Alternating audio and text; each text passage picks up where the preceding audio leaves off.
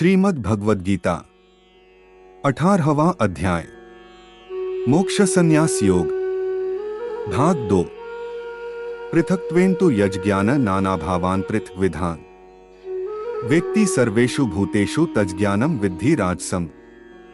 किंतु जो ज्ञान अर्थात जिस ज्ञान के द्वारा मनुष्य संपूर्ण भूतों में भिन्न भिन्न प्रकार के नाना भावों को अलग अलग जानता है, उस ज्ञान को तू राजस जान। यत्तु कृत्स्नवदेक्स्मिन् कार्ये सक्तम हेतुकम अतत्वार्थवदल्पण च तत्ताम समुदाहृतम।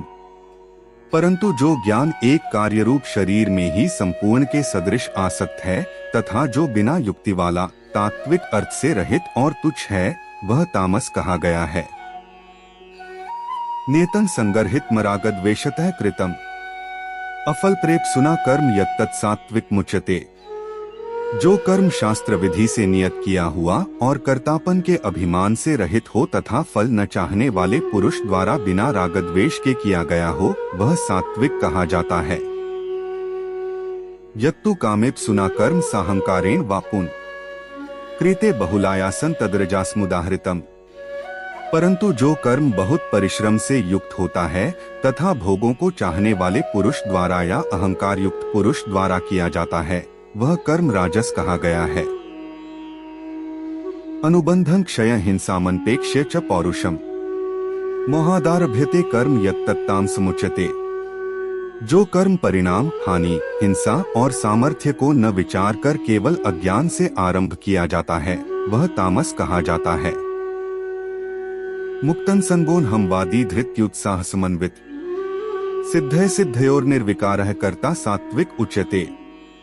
जो कर्ता संगरहित अहंकार के वचन न बोलने वाला, धैर्य और उत्साह से युक्त तथा कार्य के सिद्ध होने और न होने में हर्ष शोक आदि विकारों से रहित है, वह सात्विक कहा जाता है।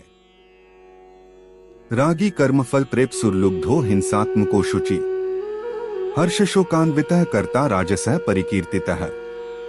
जो कर्ता आसक्ति से युक्त कर्मों के फल को चाहने वाला और लोभी है तथा दूसरों को कष्ट देने के स्वभाव वाला, अशुद्धाचारी और हर्ष शोक से लिप्त है, वह राजस कहा गया है।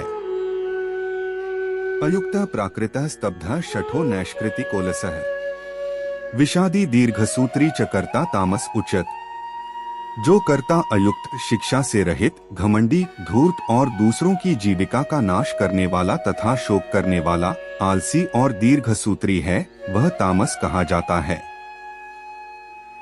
बुद्धेर भेदन धृतेश्चैव गुणत्स्त्रिविधं श्रेणु प्रोच्यमान शेषेण पृथक्त्वेन धनंजय। हे धनंजय, अब तू बुद्धि का और धृति का भी गुणों के अनुसार 3 प्रकार का भेद मेरे द्वारा संपूर्णता से विभाग पूर्वक कहा जाने वाला सुन। प्रवृत्तिंच निवृत्तिंच कार्याकार्ये भयाभे बंधम मोक्षं च या वेत्ति बुद्धिः सा पार्थ सात्विकी।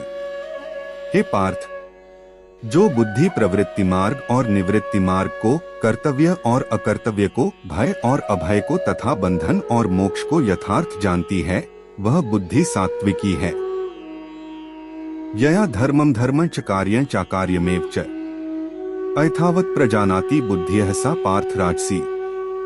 हे पार्थ, मनुष्य जिस बुद्धि के द्वारा धर्म और अधर्म को तथा कर्तव्य और अकर्तव्य को भी यथार्थ नहीं जानता, वह बुद्धि राजसी है। अधर्मं धर्ममिति मन्यते तमसावृता सर्वार्थान विपरीताश्च बुद्धिः सा पार्थ तामसी। हे अर्जुन, जो तमोगुण से घिरी हुई बुद्धि अधर्म को भी यह धर्म है ऐसा मान लेती है तथा इसी प्रकार अन्य संपूर्ण पदार्थों को भी विपरीत मान लेती है, वह बुद्धि तामसी है। धृत्या यया धार्यते मनः प्राणेन्द्रिय क्रिया है योगेना व्यभिचारिण्या धृतिः सा पार्थ सात्विकी। हे पार्थ, जिस अव्यभिचारिणी धारण शक्ति से मनुष्य ध्यान योग के द्वारा मन, प्राण और इंद्रियों की क्रियाओं को धारण करता है, वह धृति सात्विकी है। यया तु धर्म कामार्थान् धृत्या धार्यते अर्जुन प्रसंगेन फलाकांक्षी धृतिः सा पार्थ राजसी। परंतु हे पृथापुत्र अर्जुन, फल की इच्छा वाला मनुष्य जिस धारण शक्ति के द्वारा अत्यंत आसक्ति से धर्म, अर्थ और कामों को धारण करता है, वह धारण शक्ति राजसी है। यया स्वप्न भयं शोकं विषादं मदमेव च न विमुच्यति दुर्मेधा धृतियः सा पार्थ तामसी। हे पार्थ, दुष्ट बुद्धि वाला मनुष्य जिस धारण शक्ति के द्वारा निद्रा, भय, चिंता और दुख को तथा उन्मत्तता को भी नहीं छोड़ता अर्थात धारण किए रहता है, वह धारण शक्ति तामसी है। सुखं त्विदानी त्रिविधं श्रेणु में भर्तर्षभ अभ्यसाद्रमते यत्र दुःखान्तं च निगच्छति यत्तदग्रे विस्मित परिणामे मृतोपमम् तत्सुखं सात्विकं प्रोक्तमात्मबुद्धि प्रसादजम्। हे भरत श्रेष्ठ, अब 3 प्रकार के सुख को भी तू मुझसे सुन। जिस सुख में साधक मनुष्य भजन, ध्यान और सेवादि के अभ्यास से रमण करता है और जिससे दुखों के अंत को प्राप्त हो जाता है, जो ऐसा सुख है वह आरंभ काल में यद्यपि विष के तुल्य प्रतीत होता है, परंतु परिणाम में अमृत के तुल्य है। इसलिए वह परमात्म विषयक बुद्धि के प्रसाद से उत्पन्न होने वाला सुख सात्विक कहा गया है।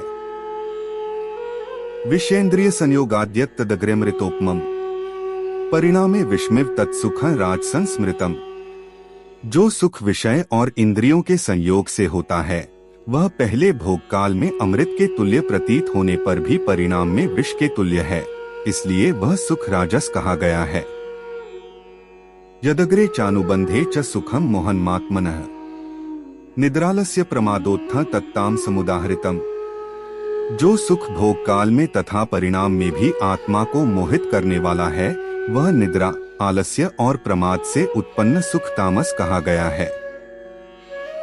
न तदस्ति पृथिव्यां व दिवि देवेषु वापुन सत्वं प्रकृतिजैर्मुक्तं यदेभिः स्यात् त्रिभिर्गुणैः।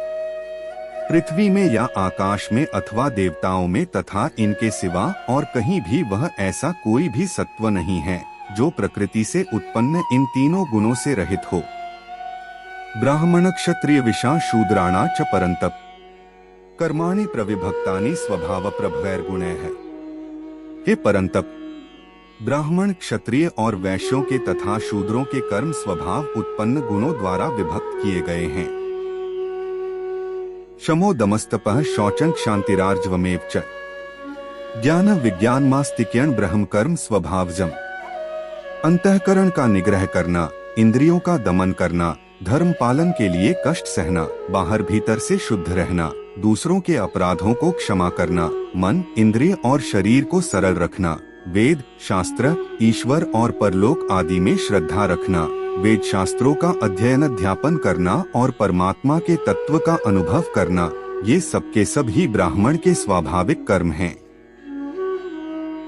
शौर्य, तेजो धृतिर्दाक्ष्यं युद्धे चाप्यप्लायन दानमीश्वर भावश्च क्षात्रं कर्म स्वभावजम्।